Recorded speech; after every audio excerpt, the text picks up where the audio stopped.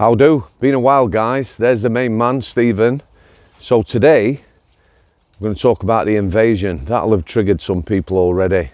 For those that you don't know, maybe from another country or are not on social media, don't watch the news, terrestrial TV, our Home Secretary, Suella Braverman, in Parliament described the influx of boat people, shall we call them, that's people coming to these shores in dinghies, as an invasion. Right, over 40,000 people this year have landed on these shores. 12,000 of those people are Albanians. 10,000 of them are young Albanian men.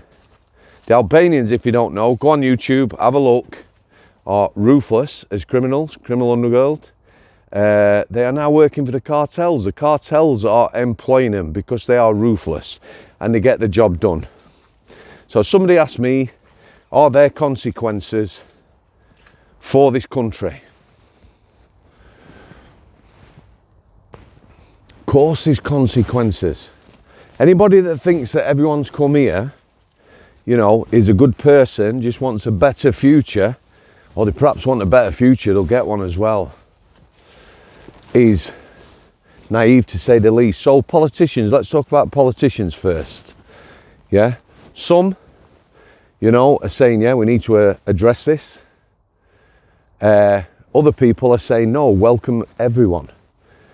That aside, if anyone honestly believes and is that naive that me and you, the British public, aren't upset about this, you know, they need to know. They're either turning a blind eye to it or they're not understanding. Me, yeah. You know, you can call people immigrants, migrant workers, asylum seekers, whatever you want. There is an element that has come here that we're putting in hotels. Again, if you're not aware of what's happening, these people all being housed in hotels, yeah? All over the place, in tourist spots and the like. It is problematic. We do have immigration centres. I'm going to talk about one of them. But like I say, it is going to impact crime in this country. Again, if people are so naive as to believe that, or believe it won't, this country is not a never-ending bank for immigration for me. It's not. You know, I paid into a system. I'm struggling to pay my bills, my mortgage and everything else. Some people can't afford a mortgage. People are struggling to pay the rents. Rents are going through the roof. Got more food banks than ever.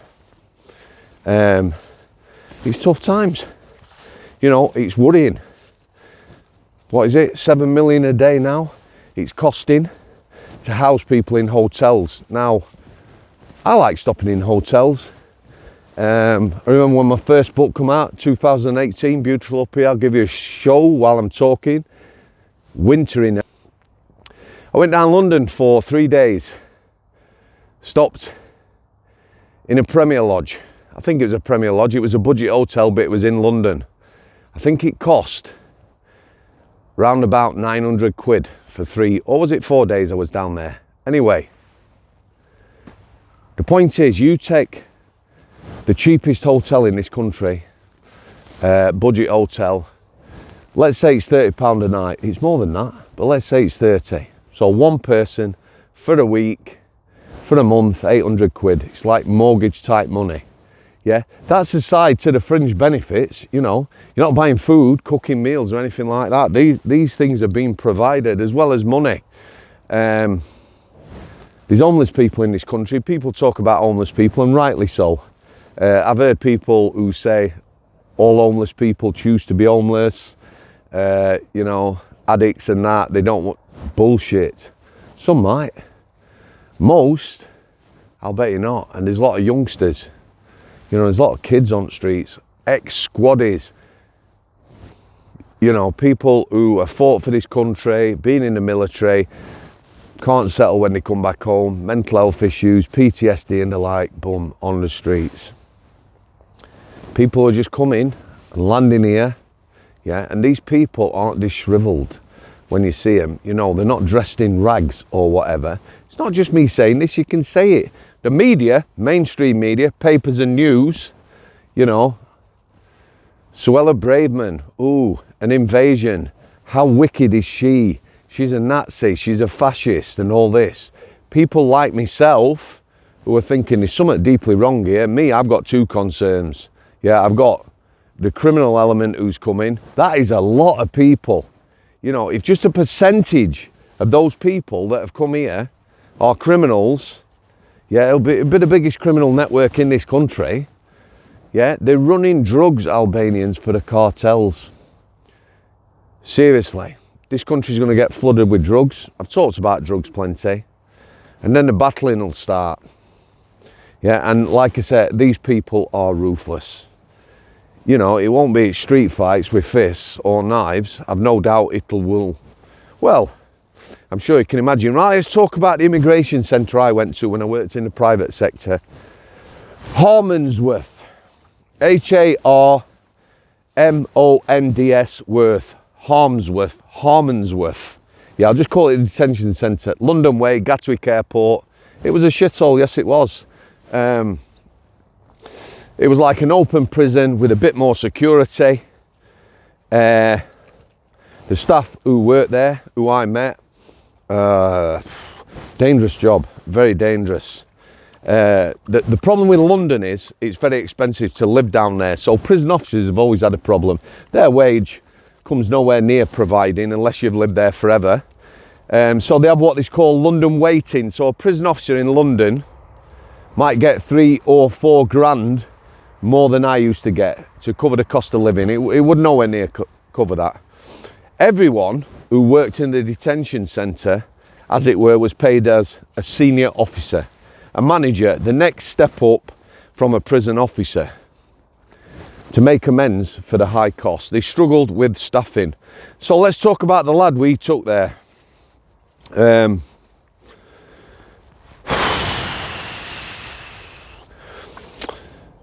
He was Romanian, yeah? He was an absolute monster. Transporting prisoners, dangerous prisoners, double cuffed. I've told you before, put your hands together in front of you. Now imagine, it's more like shackles, chub cuffs. Imagine shackles, show a short chain, you're not getting them off. You know, it's a good piece of equipment. He is cuffed in front of him. Now, he was that violent and that strong, this guy. Normally, you have one officer, like myself, at the side of him, with a cuff on my wrist and a cuff above his cuffs on his wrist. Yeah, so he's cuffed to me. He's cuffed in front of me, he's cuffed to me. He was that powerful and violent, this guy, that they deemed it needed 2 officers, one either side. Because here's the thing, someone my size, if I've got both my hands in front of me, and you're my size in front of me, just one cuff to my wrist, and I could rag you all over. Yeah, you've got one hand free, you can punch, but I could rag you all over. This guy, as it were, it was me and a lad bigger than me, would have ragged us all over. Extremely violent. He weren't happy about going to this detention centre. So we went on a van, and it was uncomfortable. Salford, down to Gatwick Airport, not a pleasant journey. Didn't want to speak to anyone, on edge all the time. I was on edge, you could feel it in the van, it was horrible. When we got there, yeah, and this guy was a rapist as well. Your worst nightmare. It was a shithole from what I saw of it, that detention centre. And what I will say is there were women and children there. It was not a place for women and children. The fact that there were some family type people there, you know, I'm going to distinguish myself between families coming here and individuals like young men. It was not a good place. Foreign nationals in prison. Yeah, it was increasing. I don't know what it was, the actual figures. A lot of foreign nationals in our prisons, yeah. Yeah, we've got prisoners abroad. There's people from Great Britain spread across the globe, but we have a disproportionate amount, for me, in our prisons, and that was growing. And a lot of these people are from different cultures, and They have different views and attitude. I remember we had an Albanian rapist in the office. Didn't come across many Albanians. However, the ones that were in, and Russians and the like, again, not many Russians, they were all in for people trafficking. That is a despicable, you know, sort of shocking. The conditions that some people are brought to this country and the amount they pay, they're ripped off, and quite often they get dumped, but that's another story.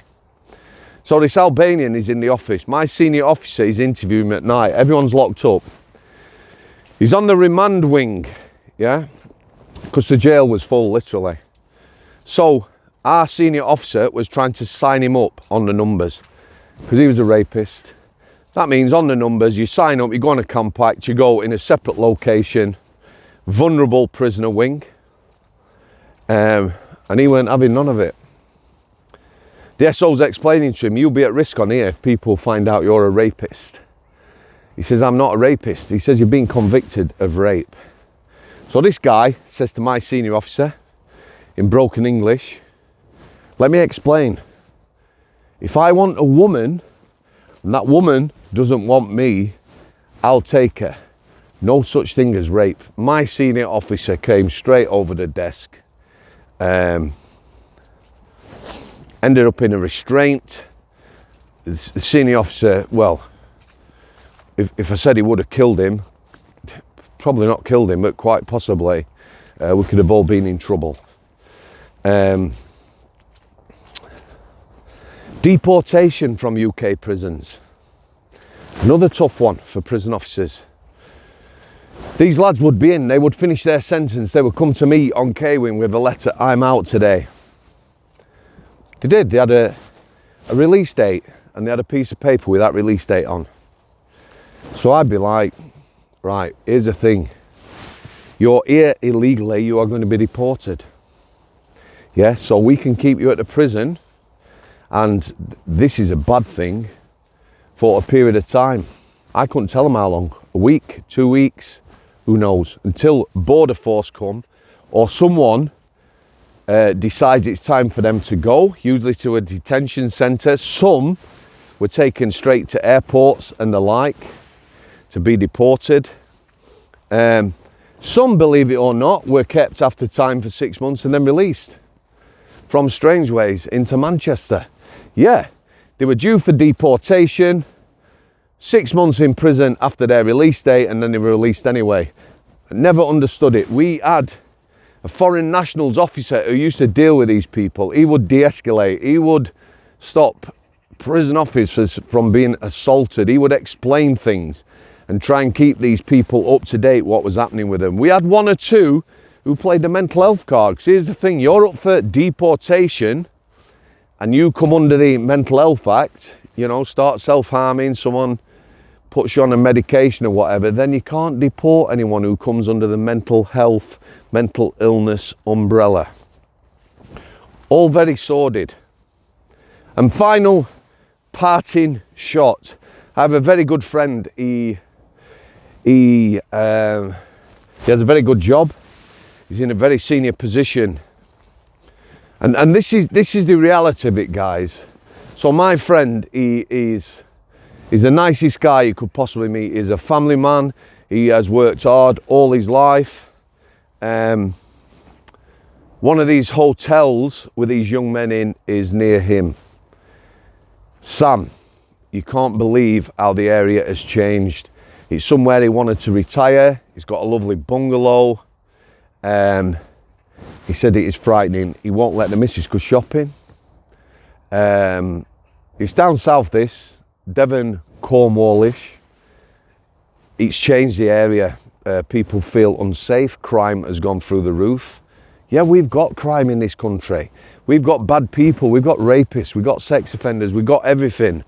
What we don't need is more crime in this country, and people who, you know, your loved ones, daughters, wives, mums, grandmums and them are at risk too. And that's the fact. You know, people don't like it. People don't want you talking about it. Anyway, back to me mate. He is considering moving. He doesn't see this changing. you know, he says, I've not worked all my life to move somewhere like this and feel like I do. He's on about going North Yorkshire, yeah? I was up North Yorkshire the other day with a probation officer. Go and have a look at that interview. That lass, straight as a die, feisty as. I'm going to be doing 2, 3, 4 interviews with a question and answer. She'll tell you about the criminal justice system from a different angle. But that's where he's on about going. He's on about selling up. He's even said, I'll take a loss. I just want my property gone. Looking at coming back up to Yorkshire, North Yorkshire, as far away from city life as possible, because it's going to get nasty. It's going to get dangerous. I'm going to get the boy over here now. I've gone on a bit longer than normal. Another interview at the weekend. I'd like to thank everyone who supported me on Patreon. I've got some new Patreons, everyone who's bought me a brew. If you want to come on the channel, guys, drop me an email. Email on every video. Stephen, come here, kid. Like I said, guys, I appreciate all the support I've had. Leave it with the main man. Come on. There you go, lad.